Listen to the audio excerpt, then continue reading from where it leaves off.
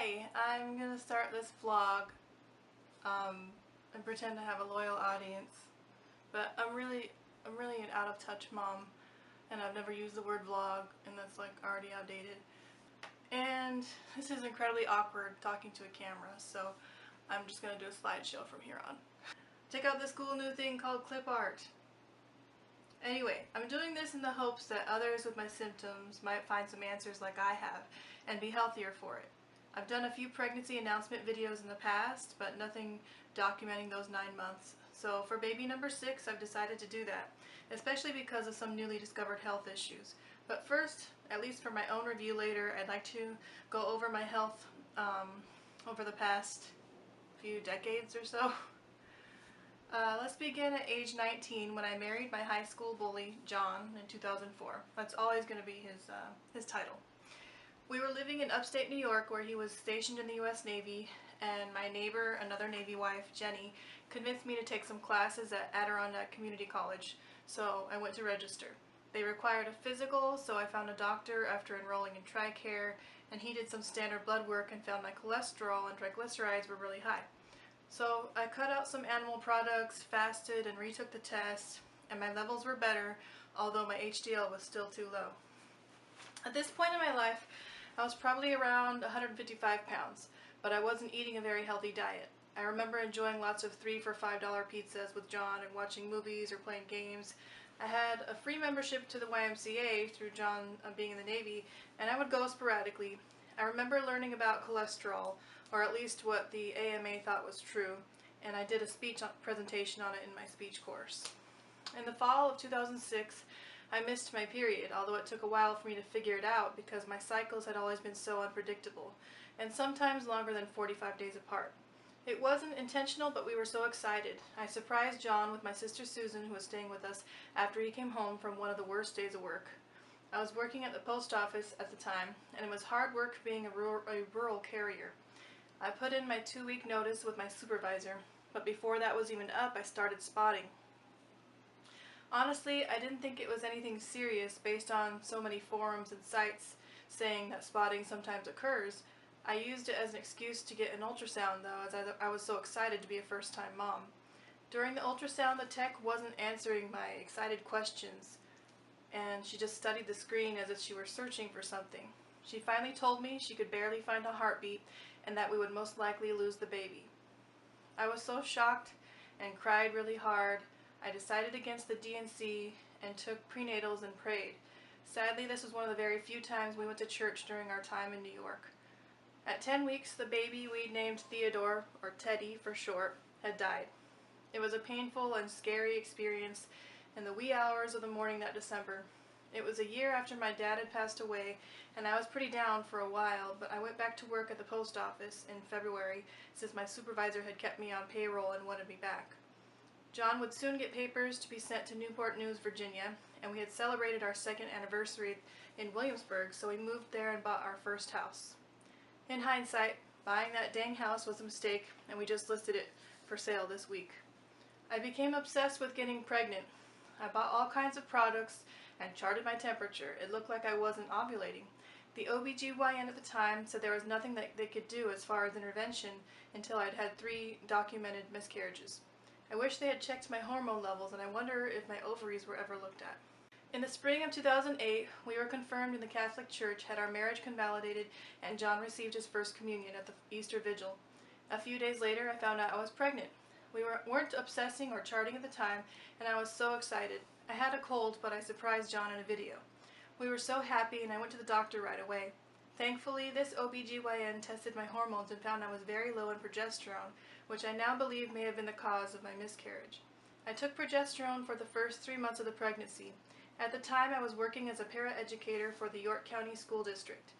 I would assist in classes at the elementary, middle, and high school. There was one day in a 1st grade class that I started getting this vague back pain. I told my doctor, and he said to ask my OBGYN. The OBGYN said to ask my primary doctor because I wasn't far enough along for it to be pregnancy related. The pain came on from time to time like a deep gnawing pain on both sides of my back just under my ribs. It made me nauseous. I didn't want to be touched. No massage could help. That summer, the pain was bad enough to go to the hospital one time. I ended up throwing up, and they saw in an ultrasound that my right kidney was hydronephrotic, or swollen. They suspected a kidney stone but could not verify with a CT scan during pregnancy.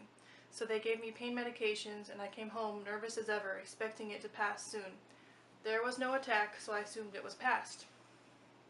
A year later, in 2009, I conceived our second baby. I would occasionally get that flank pain, but nothing extreme. A few months after she was born, I had the pain again. I finally convinced my primary doctor to refer me to a urologist. Then I had the task of convincing him that what I was having was not mere musculoskeletal pain. Even the first CT scan showed nothing but constipation. Until I peed blood, they did another CT scan and found a 7mm stone halfway through my right ureter. The doctor gave me some Flomax and sent me home. Days passed with no sign of it passing. I opted for the urologist to go in, blast it, and remove the fragments. Emphasis on the last part. I woke up from the surgery not knowing anything even happened. Then I tried to pee. Wow, did that hurt. The pee wouldn't come out. It was going back into my kidney. Why? Because they put a stent in, which is like a really small straw, but left fragments of the stone in that were too big for the stent and blocked my urine. It hurt so bad I cried. The doctor said it was all normal and that the stent can come out after 3 days. So it was torture to pee. The next day I went to the hospital to get it removed anyway. We had to go to a doctor further away, I think it was on the weekend, and on the way home I started passing the stone fragment the other urologist had left. It was the worst pain ever. I begged John to drive faster to get to the hospital near our home, the longest drive ever. Thank God for Virginia hospitals. They asked for my pain scale number and I yelled 11, and they quickly gave me an IV of Dilaudid, and I was at peace finally.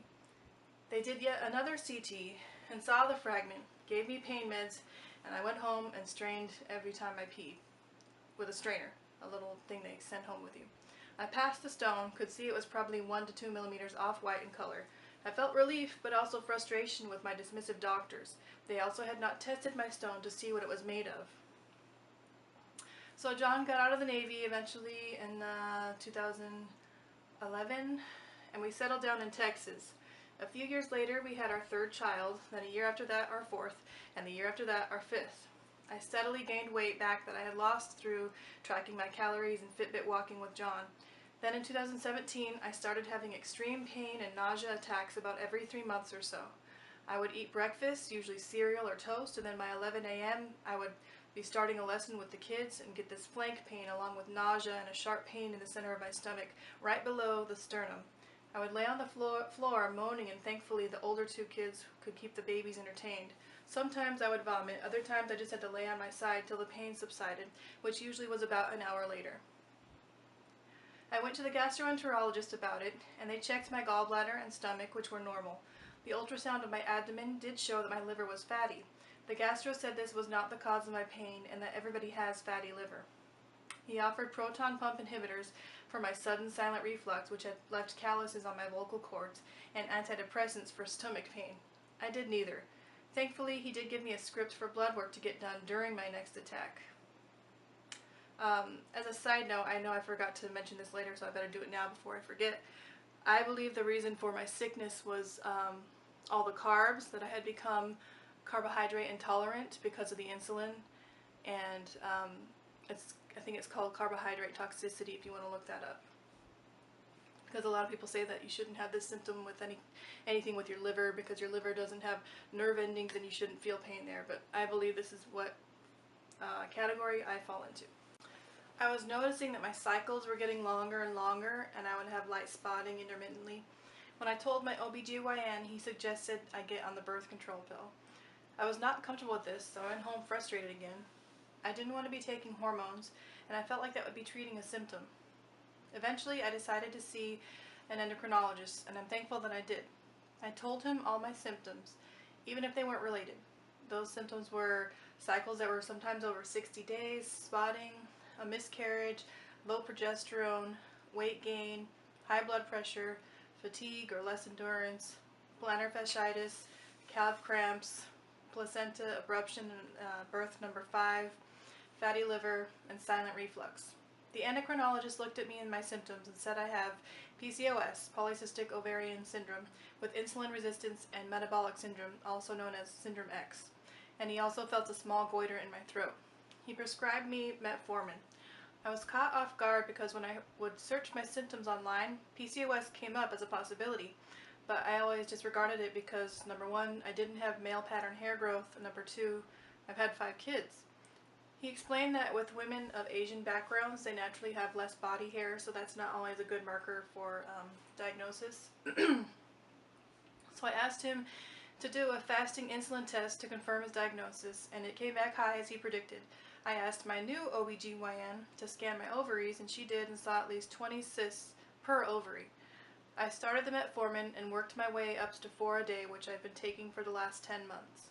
I started losing weight. I lost a total of 13 pounds in 6 months, and my BP was lower as well. I wondered how long I had been insulin resistant.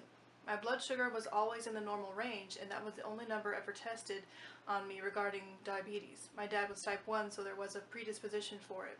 With my 4th pregnancy, I was borderline gestationally diabetic, but the 3-hour test was within normal range, so I was okay. I figured all my health issues were resolved. I had PCOS and insulin resistance. Metabolic syndrome basically listed all the things I have. Kidney stones, high BP, high cholesterol, high triglycerides, PCOS, insulin resistance. The endocrinologist also wanted me to start his diabetic diet plan, which he gave me a pamphlet for. It had example daily meals.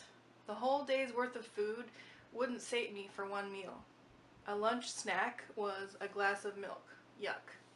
So basically what I'm telling you is that throughout my experience in healthcare, nearly every doctor I've seen has, if anything, only given me one small piece of the puzzle.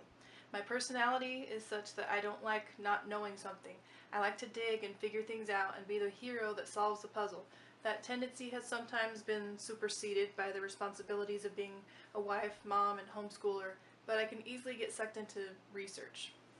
Anyway, the diet he wanted me on was not practical. I mean, egg whites, carrots, milk, low-fat yogurt. I'm not going to do it. I was eating less sugar for a while, and I already only drank water, especially after the kidney stone. But I eventually ate whatever I wanted, and looking back on all my attacks, they always occurred after having heavy carb meals, like rice, pasta, cereal, bread. I didn't have an attack for those 10 months until 2 weeks ago, after I had a bowl of Reese's Puffs. Yes, I know it's a lot of sugar, and nothing healthy. I was about to start a lesson with the kids, then the pain came on. It was the strongest attack, and I vomited up peanut butter flavored barf 5 times. I lay on the floor on my side for a few hours. It took a long time to be able to get up. I remember my first gastro, had given me a script for blood work to get done during an attack. It was from a year ago, but I'd kept it in my trusty fanny pack. A few days later, the gastro office called and said my liver enzymes, AST and ALT, were elevated, and that they couldn't see me to review it for over a month. I researched what it could mean with my other factors and kept seeing doctors speak about how dangerous and underdiagnosed, undertreated, and underestimated fatty liver is, especially the non-alcoholic type. I read so many scholarly journals and learned as much as I could, not having gone to medical school. I watched many doctors' lectures on YouTube. There is an epidemic of fatty liver in most developed nations.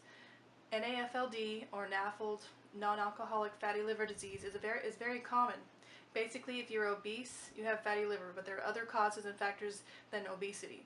If you have 5% of fatty cell change in your liver, fatty liver disease is diagnosed. If you continually have fatty cell change in your liver, it can cause a lot of damage. First of all, the liver has about 500 different functions and is the second largest organ. It's amazing because a piece of it can regrow to full size after transplant. It can take a lot of abuse and regenerate itself. In fact, when you have severe liver damage, many times you'll not have any symptoms until you're at the brink of full-blown cirrhosis.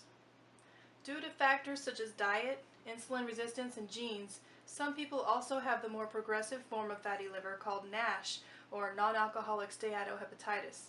Steatosis is fatty liver. Hepatitis literally means inflammation of the liver. So with NASH, you not only have fat invading your cells and killing them, but you develop scar tissue that hardens the liver, called fibrosis, which eventually leads to cirrhosis and transplant necessity and a higher risk for hepatocellular carcinoma, or cancer. NAFLD is so common and undiagnosed so late that it's replacing hepatitis C as the #1 reason people need liver transplants. Many up-to-date doctors are realizing the importance of early diagnosis and treatment, and the fact that the #1 enemy with NAFLD is carbohydrate intake. Mostly simple carbs like processed, preserved foods, pasta, rice, cereal, breads.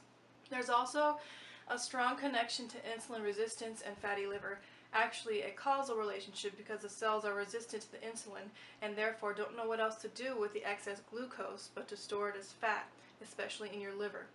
Here is a hepatocyte, or liver cell, with a healthy nucleus. The stored glucose, which turns to fat, enters the cell, pushing the nucleus to the corner. Eventually, the fat overflows and the cell bursts, which releases the enzymes AST and ALT into your bloodstream. But the raised enzymes don't always show up for a while, and an ultrasound can't measure the amount of fat in the liver. So many doctors opt for liver biopsies, if you get that far. A liver biopsy is expensive, invasive, painful, and not always an accurate representation of the liver. The biopsy only shows you a slice representing 1/50,000th of the liver. Thankfully, the FDA approved a new test called the FibroScan in 2013. It's basically an ultrasound that uses a pulse echo to measure steatosis, or fatty cell change in the liver, and fibrosis, or the level of stiffness in the liver, which means there's scar tissue. I watched a new channel on YouTube called the NASH Education Program, and evidently there's a day devoted to spread its awareness around the world just last month in June. I saw this video and they were interviewing a Northwestern University doctor about NASH, and I decided to email her. She responded and answered all my questions, no copay. I was grateful to see some doctors still were curious and want the best for their patients, not just using medications as a first and last resort. She had good things to say about the FibroScan, but also urged me to see a NASH specialist in San Antonio. After reading this, I searched my area and found a FibroScan in my hometown that had just been installed in May of this year. It was at a gastroenterologist/hepatologist office, and I was able to be seen about a week ago. Ever since I watched the lectures, I had adopted a ketogenic diet or lifestyle. Meats, fats, nuts, cheeses, eggs, limited fruit, and carbs only from non-starchy vegetables. I was already feeling better and lost some weight. John got on the diet too. Since our kids already were gluten sensitive, we have been having things like romaine lettuce tacos and roast chicken and crustless quiche. Anyway, the new doctor was impressed with my knowledge and said I was on the right path.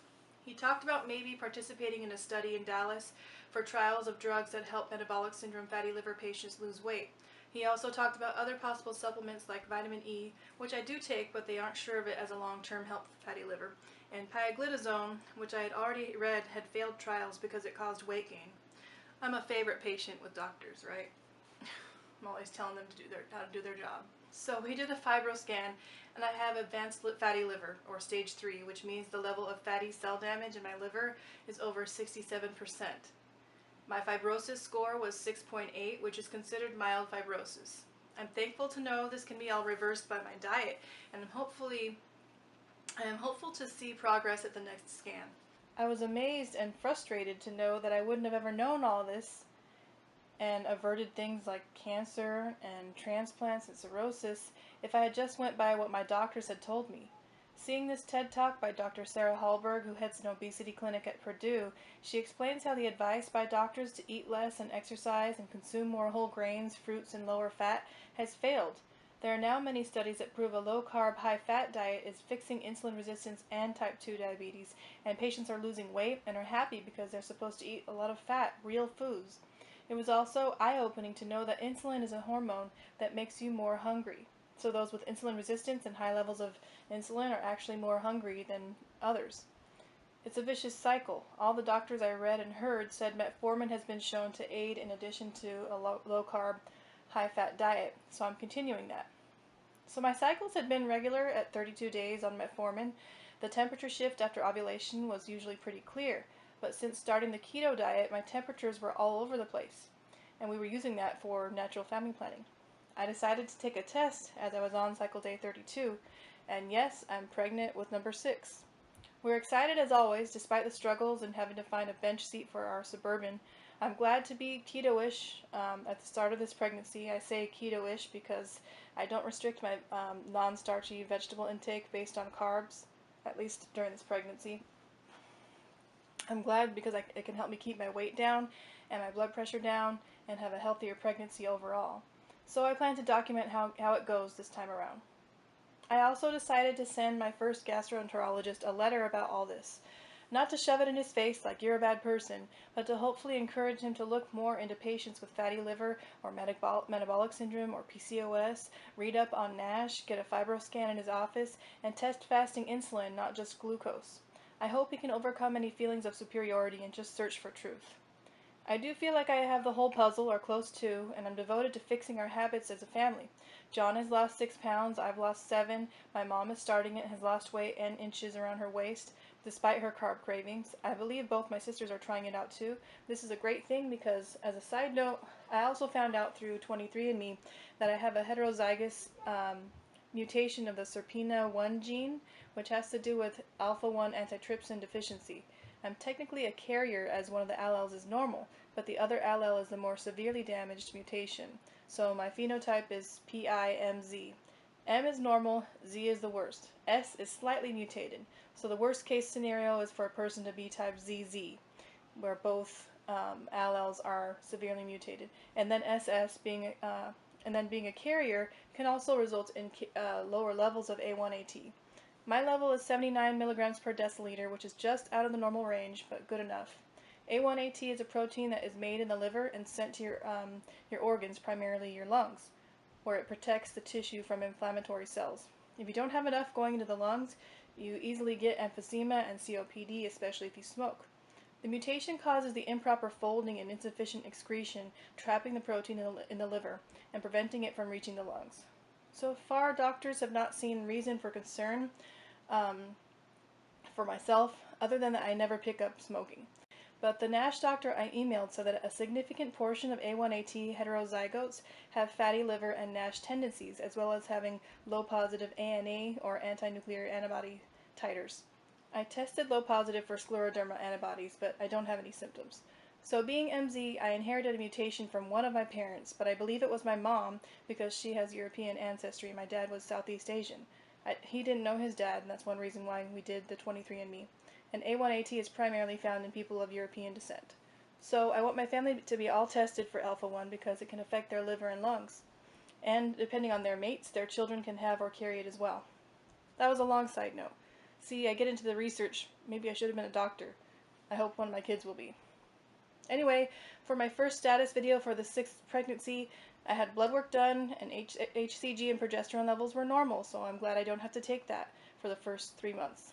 I have my first sonogram next week to get my due date and check for any issues as far as where the baby implanted and measuring the yolk sac and heartbeat. We decided for this baby we would wait to find out the sex to make it interesting. I'm looking for saint name suggestions, so if you're interested in leaving a comment, please do. Till next time!